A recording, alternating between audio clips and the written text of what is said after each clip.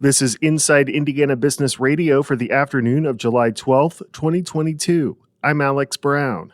The Northeast Indiana Regional Partnership has unveiled a 3-year strategic plan it says outlines how the 11-county region will increase its competitiveness to attract new investment. CEO Stefan Fergia says while the region will welcome businesses of all types, they are focusing on more high-value targets. How we position ourselves, to go after those type of operations that, typically, again, pay better wages, offer better benefits across, multiple opportunities. That's really kind of the driving force. The plan includes key milestones for the next 3 years, including adding 3,000 net new jobs. The Fort Wayne Redevelopment Commission has approved an economic development agreement for Phase 1 of a mixed-use project called Village Premier in southeast Fort Wayne. The city says the $55 million project will transform more than 20 acres of vacant property into a neighborhood of homes and businesses.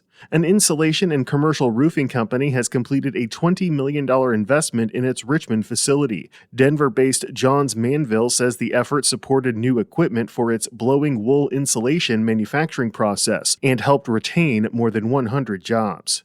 Inside Indiana Business Radio on Demand is made possible by the following. IBJ Media delivers business news covering central Indiana and the entire state. The Indianapolis Business Journal and Inside Indiana Business are now part of the same family. Look to the IBJ for in-depth coverage of central Indiana's business community and tap into Inside Indiana Business for stories that extend throughout Indiana. 2 resources, unlimited business insights that help you stay informed and get ahead. Learn more at ibj.com and insideindianabusiness.com. A Clarksville man has been sentenced to 40 months in federal prison for wire fraud and money laundering offenses related to an investment scheme. Here's Wes Mills. U.S. Attorney Zachary Meyer's office says Anthony Todd Leonard bilked investors out of more than $1.4 million.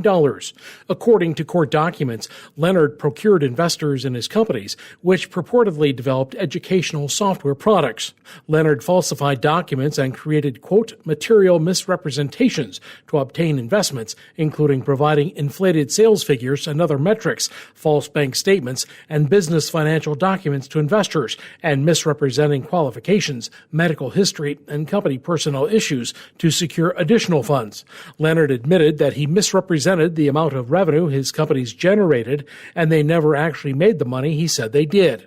Leonard and his wife used the funds for personal expenses, including the purchase of a large parcel of land in New Albany with a lake house, construction of a new residence on that parcel, expensive dinners, trips, and other expenses. The property has been seized by the government and will be forfeited. Wes Mills, Inside Indiana Business Radio. Ivy Tech Community College has received a nearly $5 million grant from the U.S. Department of Labor to help the school with its expanding Registered Apprenticeship Programs project. ERAP will establish a statewide hub to promote apprenticeships as a viable post-secondary education to career option. While apprenticeships are available for many tech-related industries, the new funding specifically targets the growing electric vehicle industry, including EV manufacturing and infrastructure. Ivy Tech says the program also encourages employers to use apprenticeships as a recruitment, training, and retention strategy. In Northeast Indiana, Noble County is working on ways to develop the talent pipeline needed for its rapidly evolving manufacturing sector. Economic development officials will soon open an Industry 4.0 lab at the Community Learning Center in Kendallville. It will serve adult learners as well as high school juniors and seniors looking for careers in advanced manufacturing.